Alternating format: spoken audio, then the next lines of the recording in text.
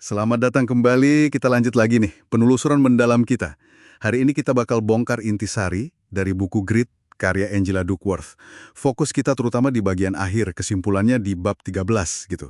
Sumber kita ya dari bukunya langsung, kutipan-kutipan kuncinya. Kita mau cari tahu bareng, kenapa sih Duckworth yakin banget kalau semangat sama tekun itu seringnya lebih nentuin sukses dibanding bakat bawaan? Siap ya? Siap dong, kita bakal lihat nih gimana ironi dia dapat penghargaan Genius itu malah nguatin argumennya. Terus gimana dia ngerumusin peran usaha dan yang penting banget dari bagian akhir buku ini, gimana grit atau ketangguhan itu ternyata cuma satu kepingan aja dari teka-teki karakter manusia yang lebih gede gitu. Ini bukan cuma soal kerja keras, tapi juga tentang apa sih yang kita perjuangin dan gimana kita berhubungan sama orang lain.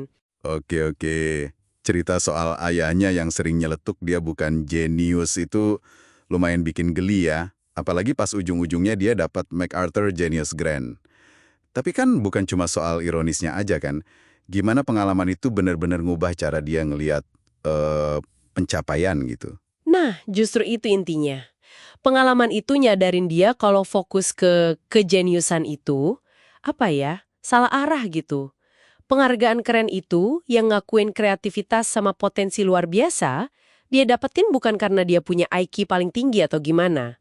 Tapi, lebih karena temuan dia kalau pencapaian gede itu lebih banyak lahir dari passion, bisa dibilang semangat membara buat tujuan jangka panjang ya, sama perseverance, ketekunan buat terus maju walaupun jatuh bangun. Jadi grit, kegigihan ini nih yang dia tunjukin. Bukan semata-mata kecerdasan aja. Nah, ini nyambung ke teori utamanya soal usaha. Katanya usaha itu dihitung 2 kali ya. Sempat bingung sih saya awalnya. Bisa dijelasin lagi nggak? Betul, dan ini salah satu ide Duckworth yang paling kuat sih menurut saya. Teorinya simpel tapi dalam. Pertama, gini, bakat dikali usaha sama dengan keterampilan. Usaha itu ngubah bakat mentah jadi keahlian yang udah diasah. Tapi nggak berhenti di situ aja. Yang kedua, keterampilan dikali usaha sama dengan pencapaian.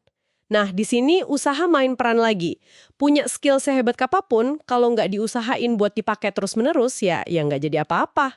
Jadi usaha itu kayak pengganda gitu. Dia ngebangun skill, sekaligus bikin skill itu jadi produktif. Kalau nggak ada usaha terus-terusan, bakat ya cuma potensi tidur aja. Oke, paham. Jadi punya bakat aja nggak cukup, punya skill juga belum tentu jadi hasil ya. Mesti didorong terus pakai usaha. Ini jadi keingat contoh yang juga dibahas di kesimpulan buku kan, soal penulis Ta-Nehisi Coates yang juga dapat MacArthur. Tepat banget. Coates ini jadi contoh nyata prinsip ini dan Duckworth nekenin ini di akhir bukunya. Coates itu terang-terangan bilang kalau kegagalan itu, yaitu bahan bakar utamanya dia dalam nulis. Bukan sesuatu yang harus dihindari, tapi malah bagian penting. Dia gambarin nulis itu kayak proses gagal, gagal lagi, gagal lebih baik. Ini nunjukin banget pentingnya ketekunan perseverance untuk terus maju, bahkan pas rasanya susah atau kayaknya nggak ada hasil langsung.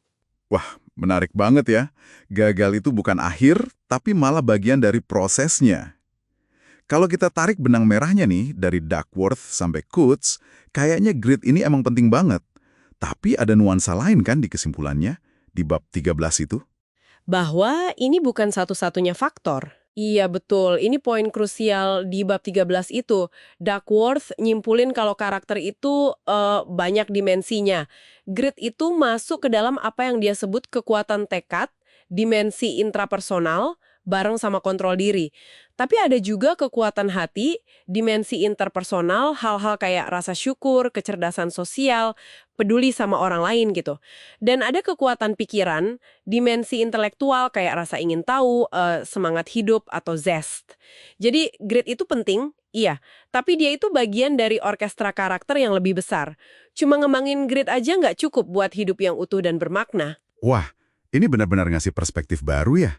Oke, jadi kalau dirangkum dari penelusuran kita kali ini, pencapaian luar biasa itu nggak melulu soal bakat alami. Seringnya yang bikin beda itu ya grit, gabungan semangat membara jangka panjang, sama ketekunan buat ngelewatin rintangan, dan usaha punya peran ganda yang, krusial banget di sini. Betul, dan seperti yang ditekankan di kesimpulan buku ini, penting buat diingat kalau grit itu cuma salah satu pilar karakter aja.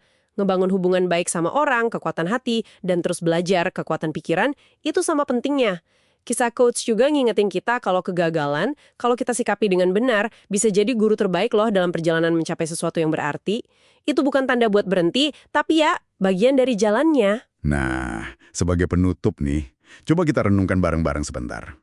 Mengingat tokoh-tokoh sukses kayak coach aja ngelihat kegagalan sebagai bagian yang nggak terpisahkan dari proses, gimana kalau Anda coba ngelihat tantangan atau mungkin kemunduran yang lagi Anda hadapi sekarang? Bukan sebagai tembok penghalang, tapi mungkin sebagai umpan balik penting dalam perjalanan Anda.